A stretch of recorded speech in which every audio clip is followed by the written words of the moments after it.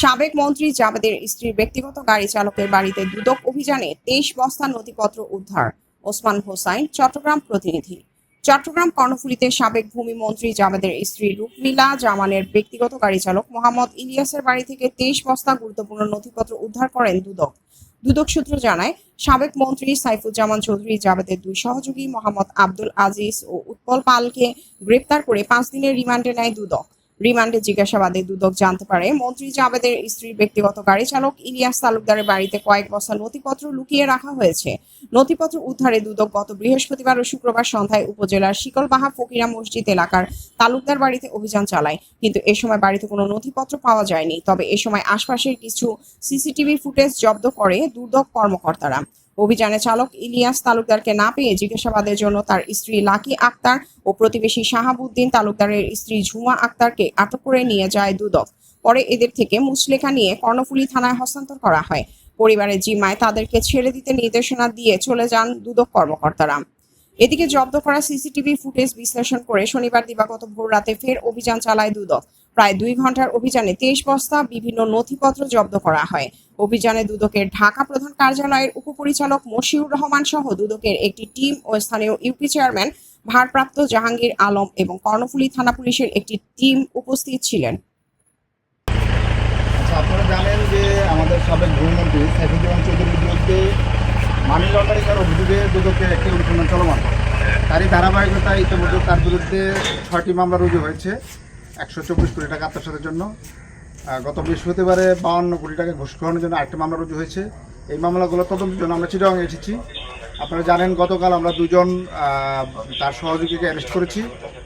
বিজ্ঞ আদালত তাদেরকে 5 দিনের রিমান্ড দিয়েছে। আমরা রিমান্ডে তাদের জিজ্ঞাসাবাদ করছিলাম। তাদের দেওয়া তথ্য মতে এই যে বিভিন্ন ধরনের যে তাদের যে ঋণের আত্মসাৎ, বিদেশে সম্পদ অর্জন, এরকম অনেকগুলো ডকুমেন্ট আমরা এই ড্রাইভার সাহেব যে রুকমিলা জামানের ড্রাইভার ইলিয়াস তার বাড়িতে আছে আমরা জানতে পারি। সেই প্রেক্ষিতে আমরা গত বৃহস্পতিবার অভিযান চালাই, কিন্তু আমরা আসার একটু আগে এই জিনিসগুলো সরাই ফেলে পরে আমরা তাদের সিসিটিভি ফুটেজ উদ্ধার করি। সেই সিসিটিভি ফুটেজ দেখে আমরা নিশ্চিত হয়ে যাই এখানে ছিল জিনিসগুলো।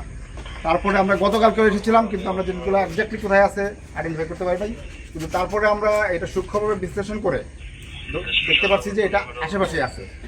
তো আমরা সোর্স ইনফরমেশনের ভিত্তিতে আজকে 3টার পরে 3:30টার দিকে আমরা এখানে আসি। এসে স্থানীয় চেয়ারম্যান মহোদয়, আমাদের পুলিশের প্রতিনিধি আছে, ইমাম মহোদয়, ওনাদের উপস্থিতি এবং স্থানীয় গণ্যমান্যদের উপস্থিতিতে সিদ্ধান্ত নেই যে আমরা এটা তল্লাশি করব। তো তার প্রেক্ষিতে আমরা এখানে 23 বস্তা বিভিন্ন আলামত পেয়েছি এই মামলার, যেগুলোর মধ্যে আমরা দেখলাম প্রাথমিকভাবে যে ওনার যে বিভিন্ন যে আর্মিড গ্রুপের যে দলিল দস্তাবেজ আছে, তারপর ওনার যে সম্পত্তিগুলো আছে, এই সংক্রান্ত ডকুমেন্টগুলো এখানে আছে। আমরা এগুলা এখন আমাদের দুদক রেজিস্ট্রিতে নিয়ে যাব, এগুলো পর্যালোচনা করব এবং পরবর্তীতে বিস্তারিত জানাবো। আমরা গতকালকে লোকমুখে শুনেছি, মানে গতকাল যে সময় বিকেলে লোকমুখে শুনেছি যেখানে প্রচুর পরিমাণে বস্তাভর্তি টাকা আসছে, $US পর্যন্ত আসছে, এই ধরনের কিছু তথ্য পেয়েছে। আপনারা কি এরকম কিছু পেয়েছেন কিনা ডকুমেন্ট? না, আপনারা দেখছেন আমরা যখন এটা ভাঙার সিদ্ধান্ত নেই, এখানে সবাই স্থানীয় গণ্যমান্য প্রায় 30-40 জন লোক উপস্থিত ছিলেন। আমাদের চেয়ারম্যান মহোদয় ছিলেন, পুলিশ ছিলেন। আমরা প্রবেশ করার পূর্বে নিজেদের তল্লাশি করি, তারপরে আমরা যৌথভাবে প্রবেশ করি এবং ভিডিও করতে করতে প্রবেশ করি। তারপরে দেখা গেল যে ওখানে কিছু ছালার বস্তা, যেটা চাউলের বস্তা, এগুলোর মধ্যে বিভিন্ন ফাইল আছে। এখানে কোনো টাকা পয়সা আমরা পাইনি।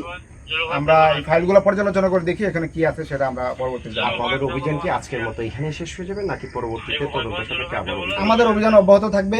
যেখানে যে ধরনের তথ্য পাওয়া যাবে, রেকর্ড পাওয়া যাবে, আমরা আইনের প্রতি লয়াল। আমরা আইন অনুযায়ী যেখানে যে ধরনের আলামত পাওয়া যাবে সেটার দিকে আমরা ধাবিত হব। আপনাদের যে টার্গেট ছিল, মানে যেসব জিনিস এখানে আনা হয়েছে, এই ধরনের আপনাদের তো একটা আলামত ছিল, সেগুলো কি পেয়েছেন মনে হচ্ছে নাকি আরো কিছু? এখনো তো বস্তা বন্দি করা, আমরা এখনো দেখতে পারি নাই। আমরা শুধু 23টা বস্তা পেয়েছি।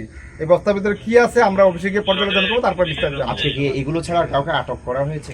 না, এই মুহূর্তে কোনো আমরা পাই না। যে বাড়িটা উদ্ধার করলাম ওই বাড়ির লোক নাই, তার মোবাইল বন্ধ। আমরা তার সাথে যোগাযোগ করার চেষ্টা করছি, তাকে পাইনি। তবে সে যেহেতু তার বাড়িতে রেখেছিল, তার বিষয়ে আমরা পরবর্তী তদন্ত করবো। ধন্যবাদ।